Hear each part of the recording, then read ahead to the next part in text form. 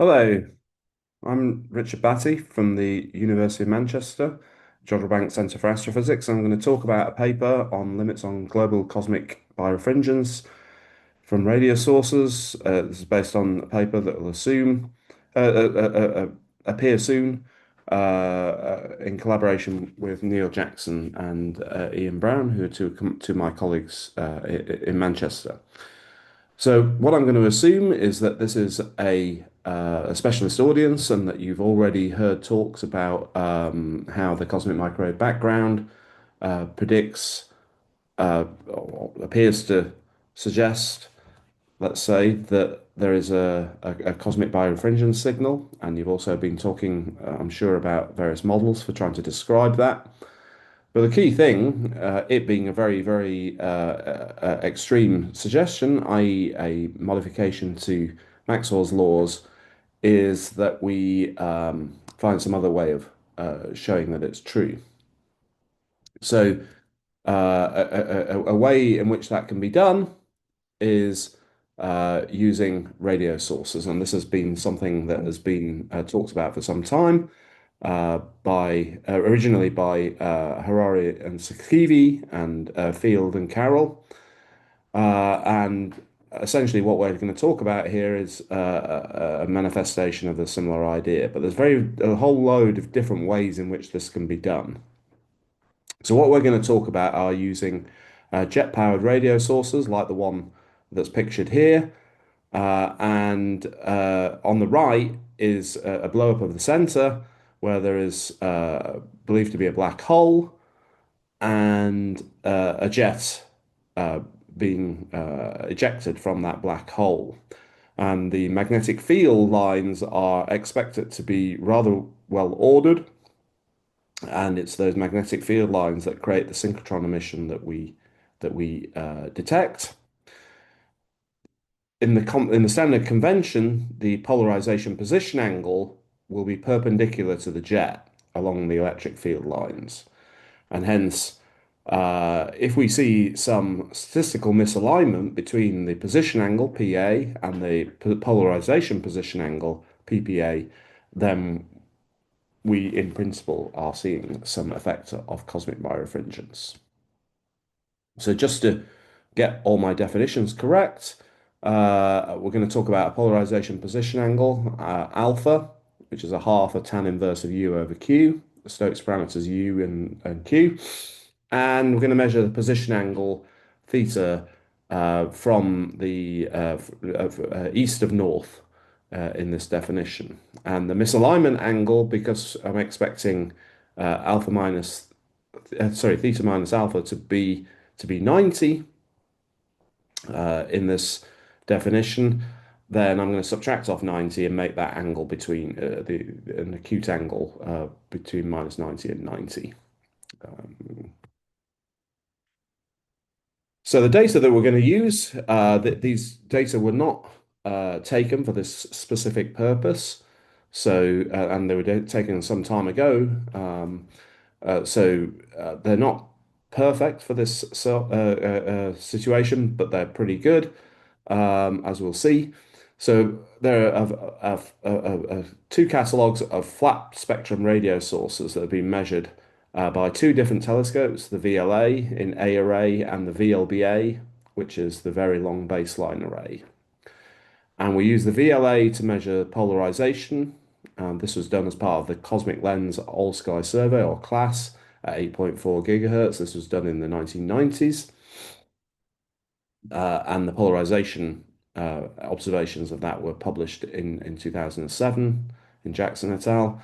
We've made some improvements to the calibration, but fundamentally it's the same observations. They have resolution of about 20 milliarc seconds, corresponding to the size of the VLA array.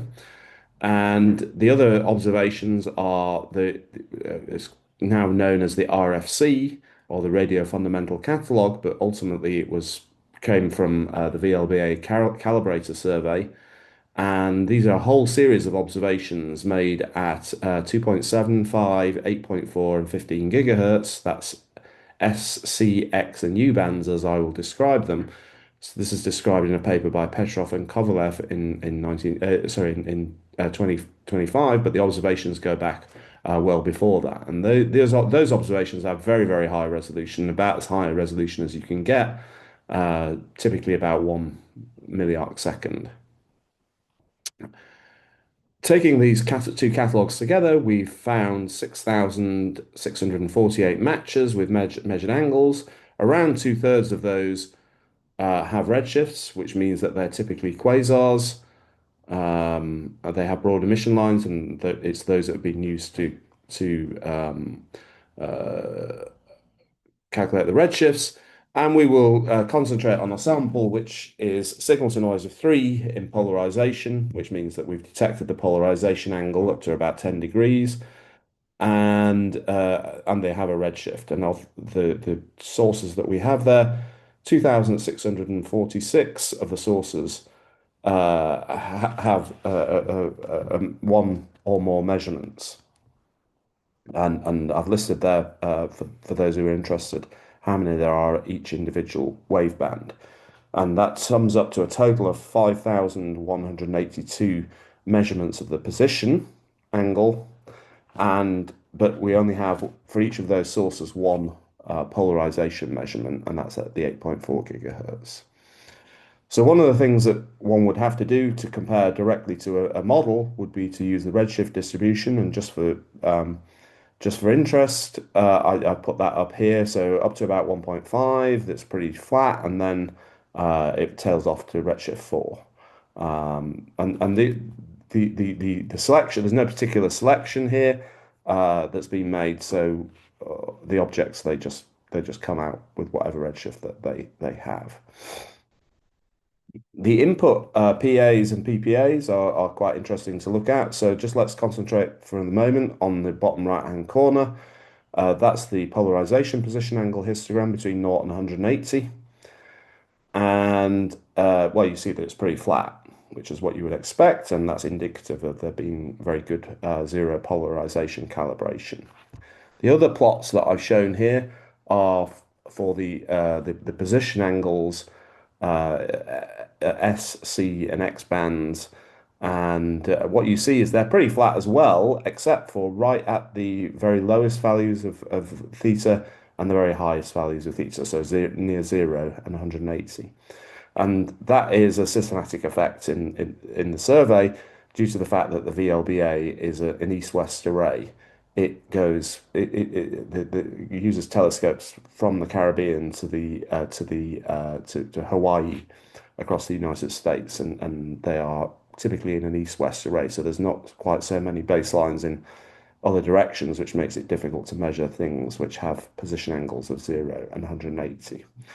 Nonetheless, we don't believe that that is problematic in any way in our analysis. So just as an example of, well, 4 examples, in fact, of things that come out of the survey. So here are 4 pictures, and 3 of them actually happen to be very close to 90 degrees. So what I've got on here is the PPA, or the position angle in red. Sorry, polarization position angle in red, and the position angle that's been measured from the contours that you see there in black. And well, you see that at least in 3 of those cases they are perpendicular, but you also see that structurally you're clearly picking up the black lines are picking up the direction of the source. So we have, as I said, in some cases we have measurements at a wide range of frequencies for some sources. So here's a comparison of C against S against C, C against X, and X against S. And we see that the angle differences measured in this way from the VLBA observations are centered on 0. They have a dispersion of about 10 degrees, and there's some background of about 25% of failures in that system. But nonetheless, we believe that the angles are pretty well measured with a dispersion of about 10 degrees. So in some sense, this is the main result of the paper, or well, this is the main result of the main pictorial result of the paper, and that is the histogram of beta measured at different frequencies, using PAs that measured at different frequencies, but the same polarization angle, and you see that they're all centered on zero. Uh, but you do see that it does not go down to zero at extremal values at -90 and +90. So what we do in order to model this is we set up a model which has a fraction f beta which is in a uniform background from -90 to 90 and 1 minus f in a Gaussian, a truncated Gaussian, in fact, because of course you can't go off to infinity, but truncated Gaussian with a mean of mu beta and sigma beta squared. Now, what we want to do is get the best estimate from that data of what mu beta is. So what we do is a full likelihood analysis of this. But before I talk about that, just to point out that that background that you can see in that plot. So here is some 2D histograms for separated by a signal to noise ratio, by the polarization fraction, by redshift, and by the RFC to class flux, which is in modulo variability, some measure of whether whether the two whether all the flux that we're seeing essentially is coming from the same region, and broadly it is modulo variability. And the only thing that you see is that there is a slight improvement in the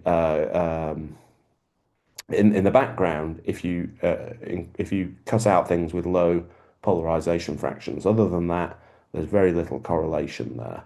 So if I take the polarization fraction to be just greater than 2%, then I do get a slightly higher peak and a slightly lower background, but not very significantly. So we spent quite a bit of time trying to find some way of getting rid of this background, but we've not been able to do it. So basically, what we will do is model it, and the only thing that we really need to worry about is modeling it in a way that's unbiasing, not biasing our measurements of mu beta, because that's the thing that we ultimately want to do. So all we're assuming is that it's symmetrical around beta equals 0. So here's the results of the likelihood analysis. There's the four wavebands S, C, X, and U, which are used to calculate the PAs. Remembering, of course, that the values of alpha, the polarization position angle, are the same in each case, and then some analysis where I've added them all together. Now, what you see is that they're all compatible with 0 in the mean. The sigma comes to be around 15 degrees, which is what you would expect, broadly speaking, from a 10-degree measurement error on the PA and a 10-degree measurement on the PPA, which is approximately what we've got in this sample. But rather interestingly, you find that about 70% of the sources are in this uniform background. Slightly differs from one sample to another. Now, one of the things that one might consider that we've done here, which is a little bit illegal, is to in the black curve to dump them all together. But because we believe that background f of beta is the thing that's ultimately dominating the errors, then we believe that it's not the measurement error on alpha that's dominating the error. The covariance on alpha probably does not have much of an effect. So as a headline result, we get mu beta to be 0.2 plus or minus 1 using just the X-band data, and 0.6 plus or minus 0.6 using all of the data. So those are our results that we get from doing this. So as a conclusion, those are the two limits. we get down to about 1 degree using a single band. That's about 2,000 sources. And using about 5,000 measurements overall, we get down to zero point 0.6, which is sort of the kind of reduction in the errors that you would expect via a square root n type argument. One can estimate the error to be about 45 degrees over square root n. So uh, around 100,000 sources would be needed to get down to an RMS of zero point 0.1 degrees, which would make it competitive with CMB observations. And that is within the realms of possibility within the next 10 years, let's say, using things like the SKA and its progenitors. In order to do that, one would probably need to do a better job on the PPA calibration. So we have used a calibrator to measure the absolute polarization angle, and that has been monitored over a long period of time on the VLA. But in order to get down to 0.1 RMS, you probably need to do better than we've done. So those are my conclusions. Thank you very much for listening, and I hope to talk to some of you during the conference. Thank you very much.